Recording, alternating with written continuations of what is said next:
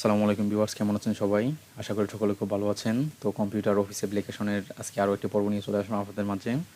তো আমরা গত পর্বে যে পর্যন্ত শিখছিলাম সেটা হলো যে কীভাবে আমরা ড্রপ ক্যাপ করব।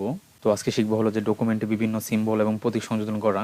তো সেটার জন্য ডকুমেন্টে বিভিন্ন সিম্বল এবং প্রতীক সংযোজন করতে হলে ইনসার্ট থেকে স্যাম্পল অপশন থেকে প্রয়োজনীয় সিম্বল এবং প্রতীক সিলেক্ট করতে হবে। যেমন আমরা এখানে ইনসার্টে চলে যাব, তারপর ইনসার্ট থেকে এখানে দেখতে পাচ্ছেন যে এই সিম্বল অপশনটা, তো এই সিম্বল বারে আমরা ক্লিক করে দিব।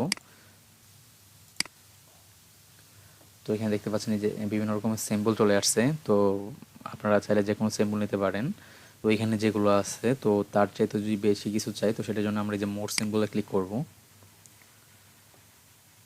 তো মোর সিম্বলে ক্লিক করার পর দেখতে পাচ্ছেন এইখানে বিভিন্ন রকম লেখা চলে আসছে, যেমন লেখা বলেন, লেখা থেকে শুরু করে সব কিছু এভরিথিং এখানে পাবেন। বাংলা যুক্তবর্ণ, তারপর এইখানে বিভিন্ন সিম্বল আছে। এই যে ইউনিকোড, তো এটা চেঞ্জ করে যদি অন্য কিছু দিই তো এটা চলে আসবে। এই যে বিভিন্ন রকম ফন্ট এখান থেকে আমরা নিতে পারবো। আর যদি স্পেশাল ক্যারেক্টার নেই এখানে চলে যাব। এই দেখতে পাচ্ছেন মাঝে মাঝে এরকম দরকার হয় যেগুলো আমরা কিবোর্ডে খুঁজে পাই না, তো এইখানে এই সিম্বল থেকে আমরা খুঁজে নিয়ে সেটা ব্যবহার করতে পারি। যেমন আমি যদি এটা নেই বা এই যে এই চিহ্নটা নেই, তো এটা কিবোর্ডের কোনো বাটনে নেই, তো সেই ক্ষেত্রে আমরা বিভিন্ন কিছু লোগো বা এরকম কিছু করতে গেলে প্রয়োজন হয়। তো এটার জন্য এটা ইনসার্ট করে দিয়ে এখানে দেখতে পাচ্ছেন যে নিচে ইনসার্ট হয়ে গেছে। তারপর এটা বড় করতে পারি আমরা, ফ্রন্ট লার্জ করলে বড় হবে। এই বড় হয়ে তারপর এটা বিভিন্ন কালারিং করতে পারবো, আমরা যে কোনো কালার দিতে পারবো। তারপর এটা বোল্ডও করতে পারবো, ইটালিক করতে পারবো, যেটা ইচ্ছা সেটাই করতে পারবো আমরা। তো ফ্রেন্ডস, এখন দেখা হলো যে সমীকরণ লেখা। তো সমীকরণ বলতে আমরা বুঝি যে বিভিন্ন গণিতের যে সূত্রগুলো আছে তো সেগুলো, তো যেগুলো আমাদের কিবোর্ডে নেই, তো সেই গণিতের বিভিন্ন সূত্র বা জ্যামিতিক কোনো কিছু লেখার জন্য আমরা যেটা ব্যবহার করব সেটা হলো যে এখান থেকে ইনসার্টে ক্লিক করে এইখান থেকে যে দেখতে পাচ্ছেন যে ইকুয়েশন, তো এই ইকুয়েশনে ক্লিক করে দেব আমরা। তো ইকুয়েশনে ক্লিক করার পর এই যে বিভিন্ন সূত্র চলে আসছে। তো আপনারা যদি বীজগণিতের বিভিন্ন কোনো কিছু নিতে চান তো সেটা আপনারা এখান থেকে নিতে পারবেন, বীজগণিতের কোনো সূত্র বা এই যে যে আপনারা দেখতে পাচ্ছেন ত্রিকোণমিতি, তো এইগুলো এখান থেকে নিয়ে আপনারা সূত্র লিখতে পারবেন। স্কুল কলেজের প্রশ্ন তৈরি করতে গেলে যেটার প্রয়োজন হবে গণিত প্রশ্ন, এই যে এখান থেকে এই সূত্রগুলো নিয়ে আমরা কাজ করতে পারি। যেমন আমি যদি এটা নেই, তো এখানে আমি এখন আমার প্রয়োজন মতো আমি চেঞ্জ করে যে কোনো কিছু বসাতে পারবো। এই দেখতে পাচ্ছেন এখানে যদি আমি এটা চেঞ্জ করে আমি যে কোনো সূত্র বা যাই কিছু করি না কেন এটা বসাতে পারবো। তারপর এখানে বিভিন্ন মেনু দেওয়া আছে, তো আমাদের যেটা প্রয়োজন আমরা সেটা নেব। আর এখানে যে দেখতে পাচ্ছেন যে সাইন থিটা, কস থিটা, এই বিভিন্ন রকম যে ত্রিকোণমিতির অঙ্কগুলো, তো সেগুলার সূত্র দেওয়া আছে। তো আমরা স্কুল কলেজে প্রশ্ন করার জন্য এটা ব্যবহার করতে পারি। এই যে লগ, মিন, ম্যাক্স, এগুলো সব আমরা এখান থেকে নিয়ে লিখতে পারবো। যে আমরা বীজগণিতে যে সূত্রগুলো আছে ওইগুলা বা যে ত্রিকোণমিতির যে সূত্রগুলো, তো আমরা সব কিছু এখান থেকে লিখতে পারবো। তো ফ্রেন্ডস, এখন দেখাবো হলো যে মাইক্রোসফট ওয়ার্ডের সবচাইতে গুরুত্বপূর্ণ যে বিষয়টা সেটা হলো যে পেজ সেটআপ। তো এখন আপনাদেরকে দেখাবো যে পেজ সেটআপে কীভাবে আমরা মার্জিন করব এবং পেপার সাইজ দিব এবং ওরিয়েন্টেশন করব। যেমন এটা আমরা যে যে শেপে আছে সেটা হলো যে খাড়াভাবে থাকবে এই পেজটা, যে যেরকম খাড়াভাবে। তো এটা যদি আমি ল্যান্ডস্কেপ করতে চাই যে এটা লম্বালম্বি আড়াআড়িভাবে থাকবে, লম্বালম্বি না, যে দক্ষিণ কোণ বা উত্তর এবং দক্ষিণ দিকে থাকবে, তো সেটার জন্য আমরা ল্যান্ডস্কেপ, যেটাকে বলে ল্যান্ডস্কেপ, তো আমরা এখন পেজ সেটআপ সেটা দেখাবো।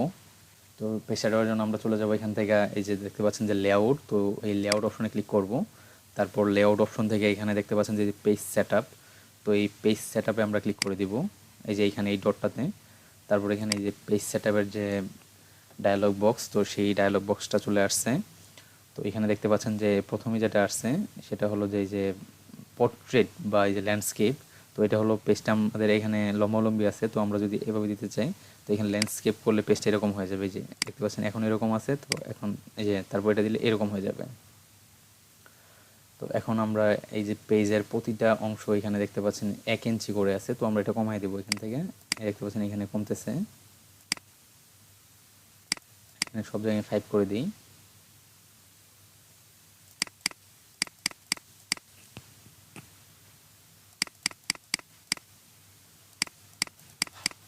তো ফ্রেন্ডস এখানে সব আমরা যদি যে এই দেখতে পাচ্ছেন টপ বটম লেফট এবং রাইট, তো সবগুলো যে 0.5 করে দেই, তো এখানে পেজে মার্জিনটা তো এই দেখতে পাচ্ছেন যে অনেক কমে গেছে। আর যদি আমি এখানে বাড়াইয়া দেই, দেখতে পাচ্ছেন একটু লক্ষ্য করেন এখানে উপরের দিকে, তো আমি যে এখানে বাড়াতে থাকি তো এখানে দেখতে পাচ্ছেন যে এখানে নিচের দিকে একটু নেমে যাচ্ছে, এই দেখতে পাচ্ছেন। তো আমি এটা যত কমাবো সেটা উপরের দিকে যাবে। তো আমরা বিভিন্ন লেখার জন্য এটা লেখার স্পেস বা জায়গা বেশি করার জন্য এটা করতে পারি। তো তারপর আমরা এখান থেকে তো দেখালাম হলো যে কীভাবে আমরা পোর্ট্রেট এবং ল্যান্ডস্কেপ করব। তারপর এখন দেখবো হলো আমরা যে পেপার সাইজ, তো পেপার সাইজটা আমরা কীভাবে সিলেক্ট করব। তো আমরা সাধারণত A4 সাইজে কাজ করে থাকি, তো সেটার জন্য এখানে দেখতে পাচ্ছেন যে পেপার সাইজ এখানে দেওয়া আছে হলো লেটার। তো আমি সেটা চেঞ্জ করে এখানে যদি ক্লিক করি তো প্রতিটা ওয়ার্ডের মধ্যে এখানে চলে আসবে অটোমেটিক A4 সাইজ।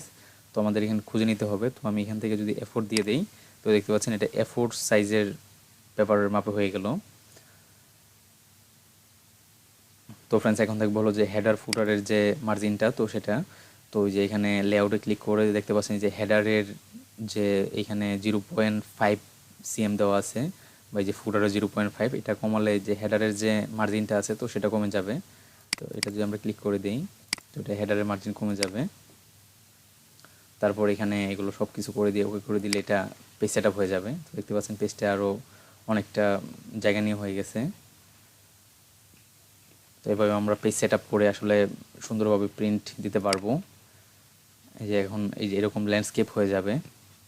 তো আমরা চাইলে এখানে যদি আমরা পেজ সেট আপে গিয়ে এখানে ক্লিক করে এখানে এটা মার্জিনে পোর্ট্রেট করে দিই, তারপর দেখতে পাচ্ছেন এটা এই যে এরকমভাবে পোর্ট্রেট হয়ে যাবে। তো ফ্রেন্ডস এখন আপনাদেরকে দেখাবো যে কলাম তৈরি করা। তো কলাম কীভাবে তৈরি করব। তো কলাম বলতে আমরা বুঝি যে এখানে যে লেখাগুলো আছে তো এই পেজটা দুই খণ্ডে বিভক্ত হয়ে যাবে, যে এইখানে একটু এক অংশ থাকবে, এইখানে আরেকটা অংশ থাকবে লেখার। তো সেটার জন্য আমাদের যা করতে হবে এখানে যে কলাম দেখতে পাচ্ছেন কলাম লেখাটাই কলামে ক্লিক করে দিয়ে যে এখানে 2 দিলে এখানে এই দেখতে পাচ্ছেন এই যে এখানে দুইটা হয়ে গেছে। তো আমি চাইলে এখন লেখাটা আর এই যে এই পাশে যাবে না, যেমন দেখেন আমি কিছু লিখে দিই লেখার নিচের দিকে যাচ্ছে, তো এখানে আমি আবার লিখতে পারবো, লেখাটা এই পাশে আসছে না। তো এখানে দুইটা আলাদা হয়ে গেল, দুইটা ভাগ হয়ে গেল। আর যদি আমার বেশি করতে চাই এখানে যে 3 আছে তো 3 দিলে 3 হয়ে যাবে। তো আমি 2 দিয়ে দিলাম। তো এখন এইখানে যে আমার দুইটা পেজ আলাদা হয়েছে, তো এটার জন্য আমি যদি কোনো একটা মানে মার্জিন দিতে চাই তো সেটার জন্য আমাদের যা করতে হবে এখানে যে ক্লিক করে মোর কলামসে ক্লিক করব। তারপর মোর কলামসে ক্লিক করে এখানে দেখতে পাচ্ছেন যে এই যে 2 বা 3 আপনি যেটাই নেন না কেন, যদি 2 নেন তো এই যে এখানে লাইন বা টুইন দিলে এখানে একটা মার্জিন চলে আসবে। তো এটা করে দিলে এখন দেখতে পারবেন, সহজেই বুঝতে পারবেন যে এটা দুইটা আলাদা হয়ে গেছে পেজটা। তো এখন যদি আমরা প্রিভিউ দেখি জিনিসটা যে এরকম হবে, আমরা এখানেও লিখতে পারবো এখানে লিখতে পারবো, দুইটা আলাদা হয়ে গেছে। তো আগের জায়গায় ফিরে যেতে হলে আমাদের এই যে কলামে ক্লিক করে ওয়ানে ক্লিক করলে হয়ে যাবে আগের মতো। তো ফ্রেন্ডস এখন আপনাদেরকে দেখাবো হলো ওয়াটারমার্ক। তো ওয়াটারমার্ক বলতে আমরা বুঝি যে হলো জলছাপ। তো আমরা যে কোনো পেজের নিচে ছোট্ট একটা লেখা থাকবে বা আমার প্রতিষ্ঠানে যে কোনো একটা লোগো থাকবে যেটা আপনার জলছাপ হয়ে থাকবে লেখার নিচে, তো সেটা আমরা কিভাবে করব। তো সেটার জন্য আমরা এখান থেকে চলে যাব হলো এর ডিজাইনে। তো ডিজাইন থেকে দেখতে পাচ্ছেন যে ওয়াটারমার্ক, তো এই যে ওয়াটারমার্কে ক্লিক করে দিব। তারপর এখানে ওয়াটারমার্ক থেকে আমরা এই যে কাস্টম যে ওয়াটারমার্ক আছে তো এই কাস্টম ওয়াটারমার্কে ক্লিক করে দিব। তো এই কাস্টম ওয়াটারমার্ক থেকে এই দেখতে পাচ্ছেন যে যদি কোনো পিকচার নেই তো এখানে পিকচার ওয়াটারমার্ক ক্লিক করলে এখানে পিকচার চলে আসবে। আর যদি কোনো লেখা লিখতে চাই তো এখানে টেক্সটে ক্লিক করলে এখানে লেখার বিভিন্ন কিছু চলে আসবে। এখানে লিখে আপনারা যদি ওকে করেন তাহলে এখানে নিচে লেখা হয়ে যাবে। তো আমি একটা পিকচার নিব, তো আমি আমার যে চ্যানেলের পিকচারটা নিয়ে নিব। তো সেটার জন্য এই সিলেক্ট পিকচারে ক্লিক করে দিব।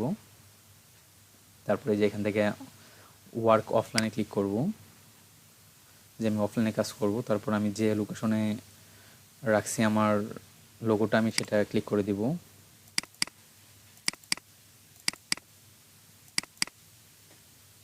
দেখতে পাচ্ছেন এখান থেকে আমি এটা ক্লিক করে ইনসার্ট করে দিব। তারপর এখান থেকে যে অ্যাপ্লাই, তারপর এই যে এখন ক্লোজ করে দিব।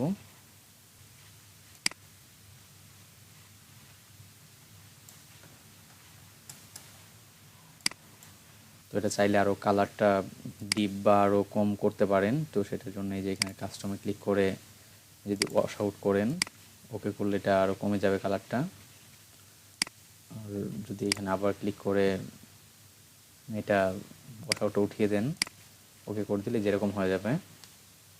তো ফ্রেন্ডস এখন দেখা হলো যে পেজ বর্ডার। তো পেজ বর্ডার বলতে এই যে এই সাইড দিয়ে বা এই চারোদিক দিকে একটা মার্জিন থাকবে বা সুন্দর একটা ফ্রেম থাকবে। তো সেটা আমরা কীভাবে করব? তো তো সেটার জন্য আমরা যে লেআউটের যে পেজ সেটআপ আছে, তো সেটাতে ক্লিক করে দিব। তো সেখানে ক্লিক করার পর যে এখানে দেখতে পাচ্ছেন যে এই লেআউট, তো এই লেআউটে ক্লিক করে এখানে যে বর্ডারে ক্লিক করব। তারপর এখানে যে পেজ বর্ডার চলে আসছে। তো এখন আমরা কি পেজ বর্ডার দিব না টেক্সটের যে চারদিকে যে বর্ডার আছে তো সেটা দিব? আমরা যদি টেক্সটের চারদিকে বর্ডার দেই, তো এখানে এই যে বিভিন্ন রকম টেক্সট বক্স দিতে পারি। এটা হলো শ্যাডো 3D টেক্সট, তো যেরকম কাস্টম। তো আমরা চাইলে একটু বড় ছোটো করে নিতে পারি এখান থেকে। আর যদি বিভিন্ন কালার দিয়ে দিতে চাই তো এরকম দিতে পারি। আর যদি আমরা আর্ট নিতে চাই, যদি কোনো ছবি বা এরকম কিছু, এখানে ক্লিক করব। যেমন এই যে এটা যদি আমি ক্লিক করে দিই, তো এখানে দেখতে পাচ্ছেন যে অপশন, তো এইখানে অপশনে ক্লিক করে দিব। তো অপশনে ক্লিক করার পর যে ইডিজি পেজ বা টেক্সট, এখানে আমরা টেক্সট করে দিব। তো যেটা লেখার চারদিকে থাকবে, তারপর এটা ওকে করে দিয়ে এখানে আমরা ওকে করে দিব। তারপরে দেখতে পাচ্ছেন যে এখানে বর্ডার চলে আসছে, যেরকম বর্ডার হয়ে যাবে প্রতিটা পেজেই। এছাড়াও আমরা এখান থেকে আরও ওই যে দেখালাম হলো যে কোনো শ্যাডো বা অন্য কিছু নিতে পারি।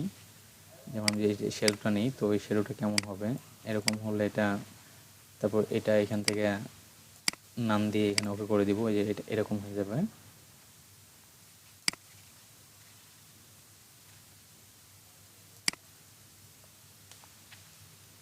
তো এখন দেখবো হলো যে টেক্সট ইন্ডেন্ট এবং প্যারাগ্রাফ স্পেসিং করা। তো সেটার জন্য আমাদের যা করতে হবে, তো এখানে এই যে দেখতে পাচ্ছেন যে যে লেআউট অপশনটা, তো এই লেআউট থেকে এখানে যে প্যারাগ্রাফ বারটা আছে, তো এই প্যারাগ্রাফে ক্লিক করে দিব আমরা। বা এখান থেকে এই দেখতে পাচ্ছেন যে এই যে এই মার্জিনগুলো, তো এটা যদি আমরা কমায় বাড়ায় দিই, তো লেখাটা চেঞ্জ হয়ে যাবে। তো এই যে দেখতে পাচ্ছেন যে এই প্যারাগ্রাফ, তো এই প্যারাগ্রাফ এখান থেকে এই যে আমরা এই যে লেফট, বিফোর, রাইট, আফটার, তো এটা আমরা এখানে ক্লিক করে যদি দেই, তো দেখতে পাচ্ছেন এই যে এখানে যদি এখানে 0 আছে, তো আমি বাড়াই দিলে এখানে কি পরিবর্তনটা আসে, এই যে এরকম একটা পরিবর্তন চলে আসবে। আর এই যদি রাইটে বাড়াই দিই, এই যে এরকম একটা পরিবর্তন চলে আসবে। দেখতে পাচ্ছেন যেটা একটা পেজ মার্জিন বা একটা পেজ সেটআপ চলে আসছে। তো আমরা এটা যে কোনো কাজে ব্যবহার করতে পারি। তো ফ্রেন্ডস, মাইক্রোসফট ওয়ার্ড আমরা মোটামুটি কিছুটা আপনাদেরকে ধারণা দেওয়ার চেষ্টা করছি। তো আমরা নেক্সট পর্বে শিখবো হলো যে মাইক্রোসফট এক্সেল। তো মাইক্রোসফট ওয়ার্ড নিয়ে যদি আরও কোনো কোশ্চেন থাকে, তো চাইলে আমাদেরকে কমেন্টস করতে পারেন বা আমাদের ইমেল যে আছে সেই ইমেলে যোগাযোগ করতে পারেন বা প্রশ্ন লিখে জানাতে পারেন। তো আজকের মতো এ পর্যন্তই। ভালো থাকবেন সবাই। আর চ্যানেলটি যদি এখনও সাবস্ক্রাইব করে না থাকেন, তো এখনই নিচে থাকা সাবস্ক্রাইব বাটনে ক্লিক করে দিন এবং পাশে থাকা বেল আইকনটাকে বাজিয়ে দিন, যাতে করে প্রতিটা পর্ব আপলোড করার সাথে সাথে আপনার নোটিফিকেশনে চলে যায়। তো ধন্যবাদ সবাইকে, ভালো থাকবেন।